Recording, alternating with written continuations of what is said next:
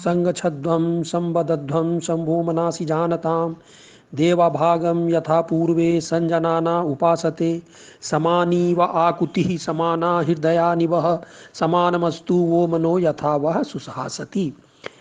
वैदिक ऋषियों ने करीब 15,000 साल पहले इन ऋचाओं के माध्यम से पृथ्वी के वासियों को एक समाज बनाने का आह्वान किया था जहाँ किसी का शोषण न हो। लेकिन आज तक हम पृथ्वीवासी ऐसे समाज की रचना न कर पाए। नवयुग चैनल के माध्यम से ऐसे ही समाज की रचना के लिए मैं आशा की गीत लाया हूँ। हमारे गुरु श्री श्री आनंद मूर्ति द्वारा बनाए गए सिद्धांतों के आधार पर ज्वलंत मुद्दों पर मैं अपनी बात रखूंगा ताकि हम अपने ऋषियों के द्वारा कल्पना किए गए समाज। आज का विषय है छठ पूजा। पहले यह पूजा बिहार और वर्तमान झारखंड और नेपाल के कुछ क्षेत्रों में ही मनाया जाता था, लेकिन अब बिहारियों के माइग्रेशन के कारण और टीवी के विस्तार के कारण भी छठ पर्व दुनिया के हर कोने में मनाया जाता है और इसे कहा जाता है आस्था का महापर्व। आज हम चर्चा करेंगे कि यह पर्व किस तरह मनाया जाता है और इसके ऐतिहासिक कारण क्या है। छठ पूजा 4 दिनों तक मनाई जाती है, 4 दिन की पूजा है। पहला दिन को कहा जाता है नहाय खाए, टेक बाथ एंड ईट। अभी नहाय खाए क्या है? इस दिन व्रतिन, जो लेडी व्रत करती, इसमें लेडी ही व्रत रखती हैं, तो इस दिन व्रतिन स्नान कर अपने को शुद्ध करती हैं। इस दिन ये चावल, चने की दाल और लौकी की सब्जी और चने की साग खाती हैं। यह प्रसाद माना जाता है और परिवार के अन्य सदस्य भी खाते हैं। इसी दिन गेहूं की सफाई की जाती है, जिसमें परिवार के भी अन्य सदस्य उसमें लगते हैं।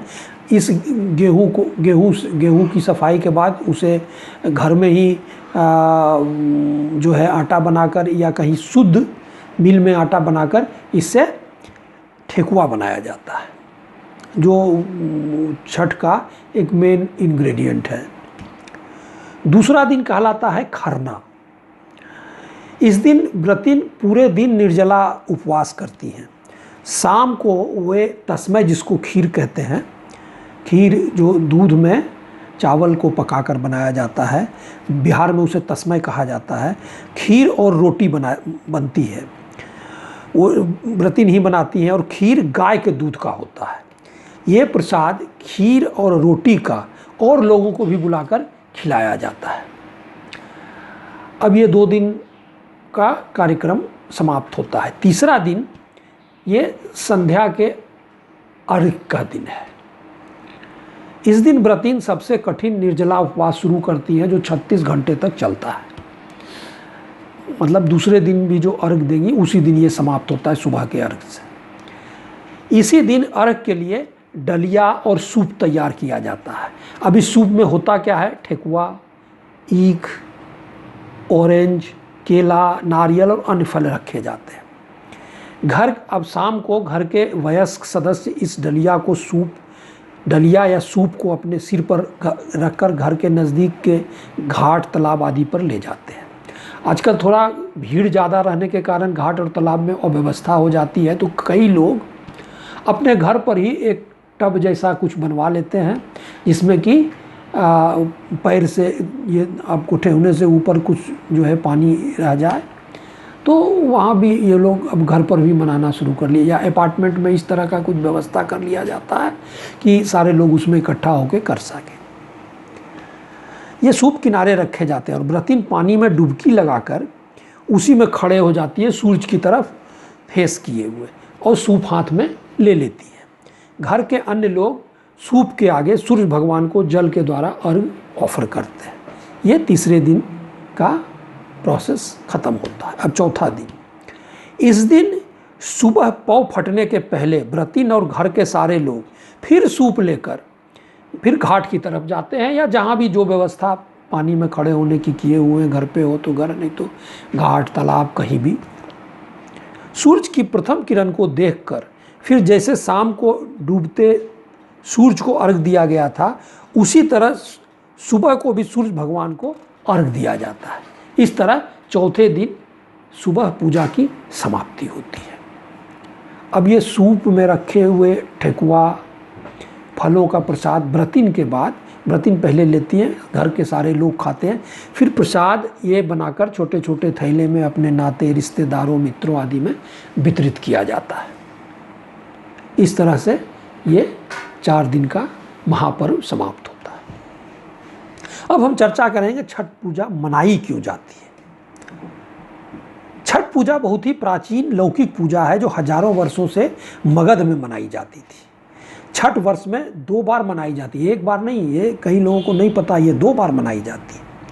मनाई जाती है सूर्य भगवान को धन्यवाद देने के लिए। खरीफ फसल के बाद कार्तिक मास का छठ और रबी फसल के बाद चैत्र मास का छठ, जिसको चैती छठ कहा जाता है।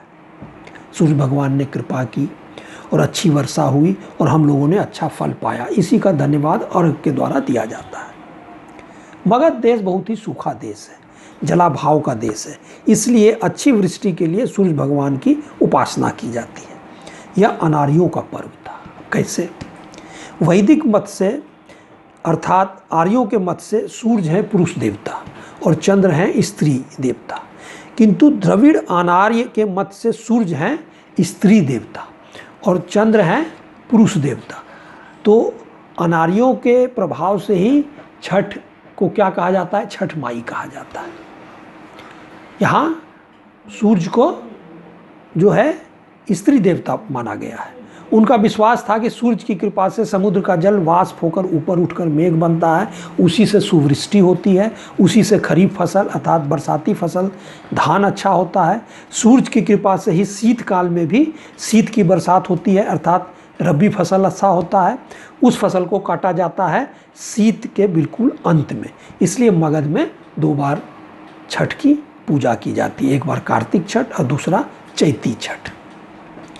छठ के पूजा में सूप में रहता है गेहूं से बना हुआ ठेकुआ, चावल का लड्डू, वातावी नींबू, जमीरी नींबू, केला और ऊख। इन सारे चीज़ों में से कोई भी चीज़ वैदिक अनुष्ठान में व्यवहृत नहीं होता है। वैदिक अनुष्ठान में चावल और तंडुल का कोई व्यवहार ही नहीं है, गेहूं का व्यवहार नहीं है, पर जौ का व्यवहार होता है। वैदिक काल में वो जौ को जानते थे, जौ खाते थे, वेद में जौ का वर्णन है। वैदिक आर्य जौ से ही परिचित थे। इस प्रकार छठ में उन्हीं सब चीज़ों का व्यवहार होता है जो अनार्य व्यवहार करते हैं। इस पूजा में ब्राह्मणों की कोई ज़रूरत नहीं, कोई स्थान नहीं है, कहीं उनके द्वारा पूजा नहीं कराई जाती है। अच्छा, इसके आगे वेद में कहीं छठ पूजा का वर्णन नहीं मिलता है। आप वेद कई बार उलट जाएं, इसमें छठ पूजा का वर्णन कहीं भी नहीं है। इस तरह हम देखते हैं कि यह पूजा अनार्यों की पूजा थी और पूरी तरह लौकिक उत्सव है। इसकी शुरुआत मगध से हुई जो स्थान जलाभाव का स्थान था। बाद में लोगों ने छठ माई से वरदान मांगना शुरू किया कि कोई बहुत बीमार पड़ गया तो छठ माई से मांगना कि भाई ये ठीक हो जाए, तो 7 बार छठ माई का सूप चढ़ाया जाएगा इत्यादि। इस तरह छठ पूजा अच्छी फसल के लिए सूर्य भगवान की पूजा से शुरू होकर उनसे लौकिक चीज़ों को मांगने की भी परंपरा हो गई है। यही थी छठ पूजा की